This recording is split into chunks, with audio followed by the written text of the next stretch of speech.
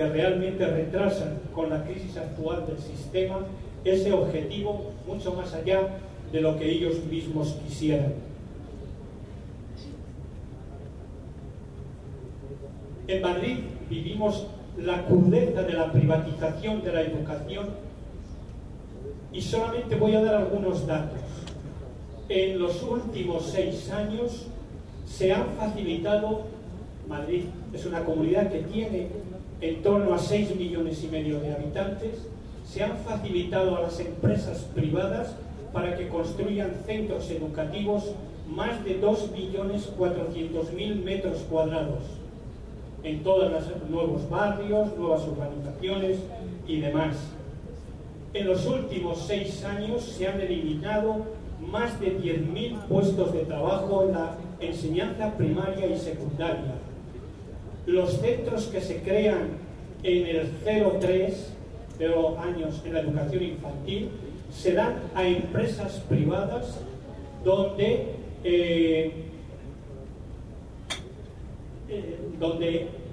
se acude a ellos a la baja y se están dando situaciones en que en las comidas se reparte un yogur o una manzana para 2 y 3 niños, porque lo importante es el negocio, pagando al profesorado de esa etapa educativa en torno al salario base interprofesional, que está allí en torno a 660, 670 euros, con los que difícilmente se puede vivir. Sigo avanzando porque allí se están contratando subcontratando casi todos los servicios, el mercado de los libros de texto y de los materiales curriculares, los servicios de comedor, de transporte escolar, actividades extraescolares, hasta la sustitución del profesorado. Ya hay empresas dispuestas a sustituir al profesorado funcionario en los centros educativos. Pero digo que el problema central en este proceso de mercantilización de la educación es la destrucción de la ciudadanía crítica por la educación, produciendo esa docilidad, sumisión e ignorancia organizada. Si quieren consultar de lo que estoy hablando, hay un libro muy bonito de un francés, Michea, que se titula La Escuela de la Ignorancia, donde plantea algunas de las cuestiones que he presentado. En esta privatización de la educación escolar, lo importante es, y la estrategia de fondo, es sacar el espacio escolar del ámbito político y estatal para configurarlo como verdaderos mercados, transferir la educación de la esfera política a la del mercado, negando su condición de derecho humano y de derecho social. La educación se reduce a mercancía y se reconceptualiza la noción de ciudadano por el de consumidor propietario que puede elegir. Y no olvidemos que el tema de la elección de centro por parte de las familias es el elemento central en el que se apoya el neoliberalismo para destruir lo público y la escuela pública, y también la salud pública, la sanidad, los servicios sociales, etc. Y, por tanto, la educación deja de ser un derecho para convertirse en una oportunidad que se les presenta a los individuos emprendedores y consumidores responsables en la esfera del mercado escolar.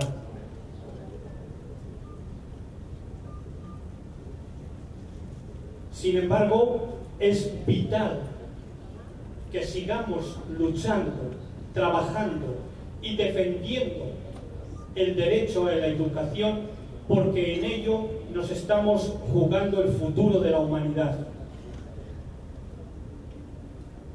Es urgente rescatar la noción de educación como derecho humano en sus dimensiones formal, no formal e informal, abrir su mirada a la democratización de las sociedades para formar ciudadanías críticas capaces de vincularse a movimientos que reclaman una transformación del orden social, con miras a una mayor justicia social y ambiental, con la intención de entender y discutir soluciones a los problemas de escala planetaria. Esta es una parte del texto que ha preparado el grupo de trabajo de Educación Río +20, la educación que precisamos para el mundo que queremos. La realidad es que desde esa perspectiva y desde esa condición, la vida es básicamente persistencia de procesos de aprendizaje, y negar el derecho a la educación o privar de ella hoy es una causa innegable de muerte. Por eso, educar significa hoy más que nunca defender vidas. Y esto nos lo dice Hugo Asman en un libro precioso. No recuerdo el título ahora. Educar, la traducción en castellano. Bueno, lo diré en otro momento. Esta motivación de defender vidas es una motivación positiva para que la educación nos fascine, porque es la fascinación misma por la vida, porque por vivir, conocer, producir y aprender, desde ahí son lo mismo. Y negar a alguien experiencias constantes de aprendizaje, que es lo que debe hacer el sistema educativo, es condenarle a muerte en vida.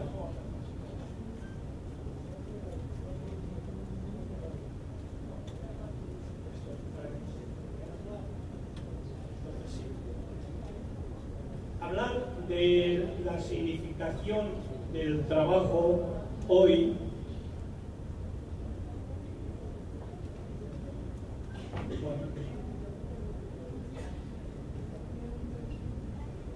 es plantear que el trabajo es un recurso fundamental que los seres humanos tienen para dar respuesta a sus necesidades y para realizarse también como tales seres humanos. Desde la primera revolución industrial, en el inicio de la modernidad y de forma continuada, la educación ha estado al servicio de la economía y del modo de producción capitalista, haciendo que la perspectiva dominante de toda la educación, y no solo de la educación profesional y tecnológica, sea la educación para el trabajo futuro. Y ahí es donde se incorpora valor añadido para el mercado y para situarnos a todos en los diferentes estratos de la escala social. El trabajo es un concepto inventado, tal y como lo conocemos hoy, a finales del siglo XVIII. En Grecia eran los esclavos los que trabajaban. Los ciudadanos se dedicaban al ocio para poder participar en el ágora. Es en el siglo XVIII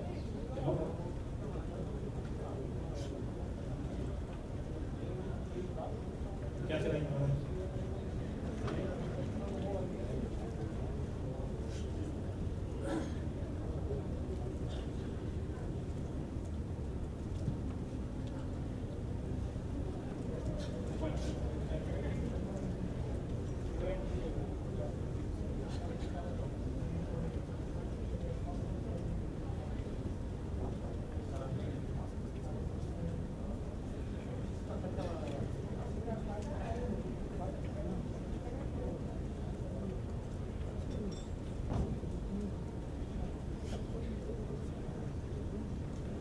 Bien, en la evolución del trabajo, hasta llegar a, no quiero leer los textos porque si no sería muy aburrido, a la educación profesional y su significado hoy, solamente decir que en el siglo XVIII se inicia una concepción diferente de trabajo, donde de lo que se trata es de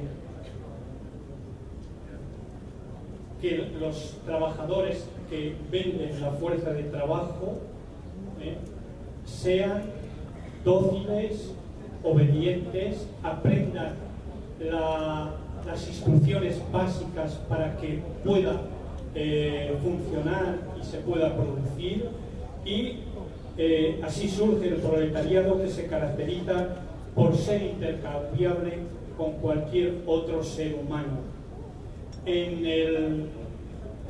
Al final de la primera revolución industrial, con la organización del trabajo fordista y taylorista, se impuso un modelo de educación para el trabajo acorde con las características de lo que exige el trabajo manufacturero y empresarial en las distintas empresas.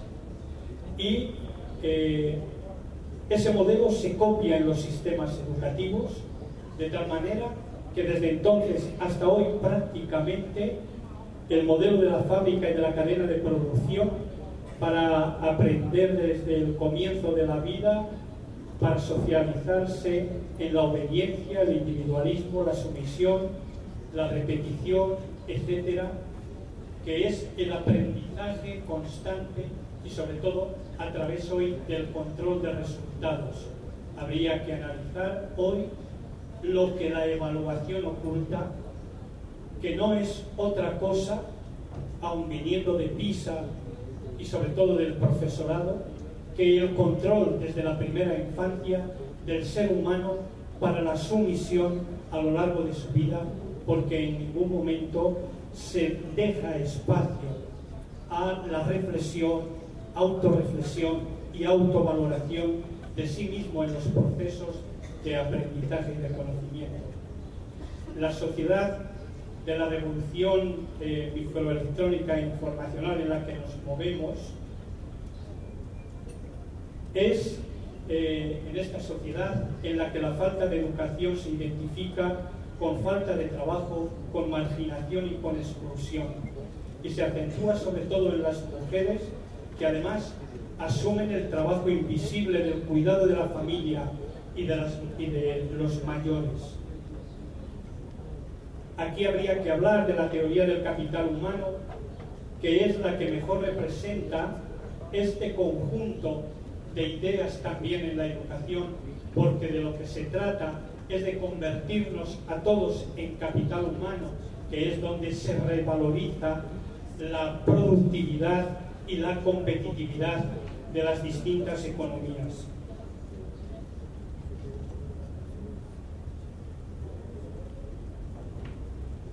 El futuro del trabajo lo estamos viviendo en este momento nosotros en Europa.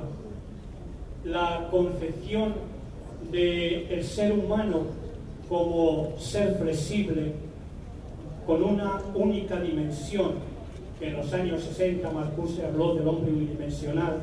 En este momento ese hombre unidimensional es el hombre flexible, que significa de hecho que todo el tiempo de su vida se hace dependiente del tiempo de trabajo, porque hay que trabajar, y el tiempo de no trabajo, porque hay que estar esperando la próxima llamada para poder trabajar. Y los que no consiguen eso se convierten en puros marginados. En España ya hay 1 millón de personas que han dejado de buscar trabajo, y hay 1.700.000 familias que ninguno de sus miembros trabaja. Entonces, esa situación de precariedad está constituyendo una nueva clase social, que es y se conoce como el precariado. El precariado que está extendiéndose a todos los tipos de trabajo, hasta los de más alta cualificación. En España hoy 300.000 jóvenes han salido en los últimos 4 años, todos con titulación de doctorado, a trabajar a Alemania, Brasil, Argentina y a otros países. Bien, no quiero detenerme más en ese punto, solamente decir que la formación profesional es uno de los ámbitos centrales en los que se da la dominación neoliberal más fuerte, porque solamente se acentúa una perspectiva, al menos en Europa, que es lo que se conoce como la perspectiva insercionista, que es preparar solamente para la inserción técnica y poder responder a las demandas del puesto de trabajo en el que se va a trabajar. Es la empresa la que dirige esa formación, y más en este momento que se quiere copiar en todos los sitios el modelo dual alemán. Se promueven las competencias necesarias para la empresa y su competitividad en el mercado global. Es una sociedad, es una formación altamente tecnificada y profundamente deshumanizada y mercantilizada. Solo interesa el valor añadido aquí también al capital humano. Solamente enunciar con mucha brevedad algunos de los elementos que podría tener una nueva formación profesional en una dimensión mucho más humanizadora, donde la técnica estuviera al servicio de la buena vida o del buen vivir del que hablan todas las culturas indígenas latinas. La definición de un modelo formativo este sería uno de los retos que tiene hoy la formación profesional, la definición de un modelo formativo en el que, además de las destrezas laborales específicas, se garantice una visión amplia del mundo del trabajo, una cultura general sólida y el desarrollo de las capacidades necesarias para comprender y dar respuesta a las nuevas situaciones que una sociedad tan cambiante como la nuestra nos presenta. Una legislación laboral y educativa que apoye la mejora cuantitativa y la transformación cualitativa de la formación inicial y permanente, de la formación profesional inicial y permanente. La necesidad de una colaboración activa de las instituciones vinculadas al mundo del trabajo y de la educación. Valorar las experiencias positivas e innovadoras de alternancia estudio-trabajo que ya existen y ensayar nuevas experiencias en la perspectiva de la nueva economía de la solidaridad y de la cooperación. Mejorar profundamente la formación del profesorado de educación profesional, no solo en el aspecto técnico, que es muy importante, sino también en el aspecto didáctico y pedagógico. Y sobre todo, por lo menos en nuestro medio, España, revalorizar socialmente el lugar de la formación profesional para que esta etapa educativa deje de ser la vía para los fracasados y para los que no logran seguir el bachillerato o ingresar en la universidad. Se trataría en definitiva de preparar para avanzar en los caminos de una producción no capitalista dentro de la economía social, formar emprendedores cooperativos y colaborativos. Solamente decir que el modelo de sociedad que tenemos no da respuesta a estas propuestas educativas y que el crecimiento en esta crisis sistémica de consecuencias imprevisibles que vivimos, donde las promesas de felicidad nos han llevado a una profunda decepción, pero el problema es que desde la decepción se sigue esperando que esas promesas vuelvan en algún momento y parece que es muy difícil que puedan volver. Ahí hay que tener en cuenta que crecimiento, PIB, que es la gran obsesión de nuestros políticos de izquierdas y de derechas, no es redistribución y por tanto no es desarrollo humano. Habría que hablar de algo mucho más serio que el Producto Interior Bruto, porque el problema central de la humanidad hoy sigue siendo la marginación, la pobreza y la exclusión.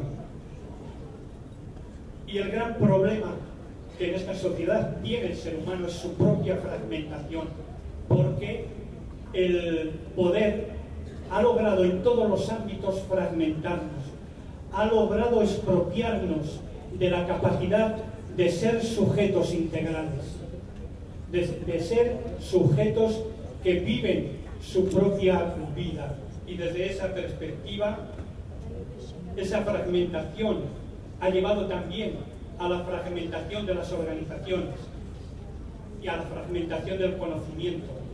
No hay nada más dramático que el currículum escolar, donde cada conocimiento está separado, desconectado de todos los demás. Y eso es gravísimo, cuando toda la perspectiva de humanización de la humanidad va hoy en la perspectiva de la unidad del conocimiento. Sin embargo, los sistemas educativos siguen anclados en los currículos que se planificaron en el siglo XIX. Y ahí juegan un papel central el negocio, el gran negocio de los libros de texto. Por tanto, este es un tema apasionante, cómo desde la política se crean los partidos políticos para dar respuesta a la perspectiva política, desde la economía, de las organizaciones empresariales y en el mundo obrero, las organizaciones sindicales para reivindicar mejoras económicas, en el ámbito cultural, en el ámbito social, otras organizaciones que profundizan la fragmentación y la división del ser humano. Por eso los movimientos sociales, movimientos como el 15M, el movimiento altermundista, sí que intenta dar una respuesta integradora e inclusiva de todas las dimensiones y de toda la integralidad del ser humano en nuevas formas organizativas que intentan ser también desde la asamblea y desde la organización de base, desde la organización del territorio, organización comunitaria, desde la que se puede recuperar esa visión unitaria del ser humano con nuevas formas organizativas ante las ya caducas tradicionales que todavía hoy gobiernan el mundo. Pero por eso no podemos quedar callados. Hemos despertado y han despertado en nuestras conciencias, y estas se han sumado a una ola de conciencia colectiva que está iluminando el planeta de una punta a otra, desde el movimiento altermundista, desde Túnez a la Plaza Tahrir del Cairo, desde Madrid a Reykjavik, desde Nueva York a Bruselas, pasando por toda América Latina. Todos los pueblos del mundo se están alzando, como en la primavera árabe, en la dignidad islandesa y en la indignación del 15M o de la ocupación de Wall Street. Todos unidos estamos denunciando el actual sistema del mundo. Nuestro esfuerzo está sirviendo para decir que no podemos seguir por ahí. Y hoy se plantean una serie de desafíos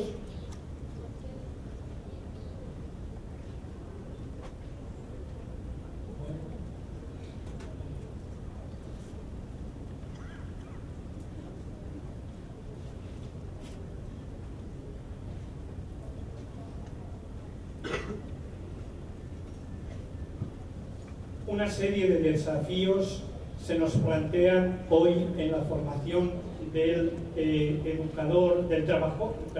trabajador ciudadano para recuperar en esta sociedad que algunos denominan como sociedad pospolítica, porque es una sociedad en la que se está haciendo imposible hacer un planteamiento alternativo al sistema, porque enseguida eres calificado de terrorista, de antisistema, cuando ellos son anti nosotros, como dice la gente del 15M.